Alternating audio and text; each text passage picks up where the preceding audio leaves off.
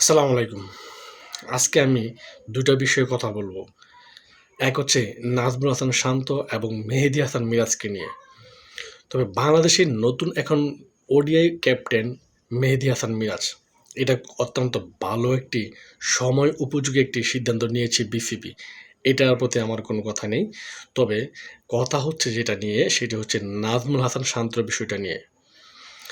নাজমুল হাসান শান্তকে না জানিয়েই অধিনায়কত্ব পরিবর্তন করা হয়েছে। বিষয়টা খুবই খারাপ লাগলো। ঠিক আছে, নাজমুল হাসান শান্ত অধিনায়ক খারাপ। তিনি বর্তমানে বাজে পারফরম্যান্সের মধ্য দিয়ে যাচ্ছেন। সবকিছুই ঠিক আছে। কিন্তু অন্ততপক্ষে নাজমুল হাসান শান্তর সাথে বিষয়টা নিয়ে আলোচনা করা দরকার ছিল আমি বলে মনে করতেছি। আমি যতটুকু জানতে পেরেছি, শান্তর সাথে এই বিষয়ে কোনো আলোচনাই করে নাই বিসিবি। কোনো রকম আলোচনা না করেই তাকে অধিনায়ক থেকে সরিয়ে দেওয়া হয়েছে। বিষয়টা খুবই খারাপ লাগলো অ্যাজ এ ক্রিকেট ফ্যান হিসেবে।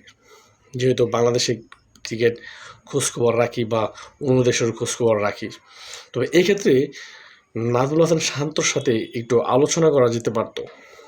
ঠিক আছে, তার এখন পারফরম্যান্স খারাপ এটা আমরা জানি বর্তমান পরিস্থিতিতে।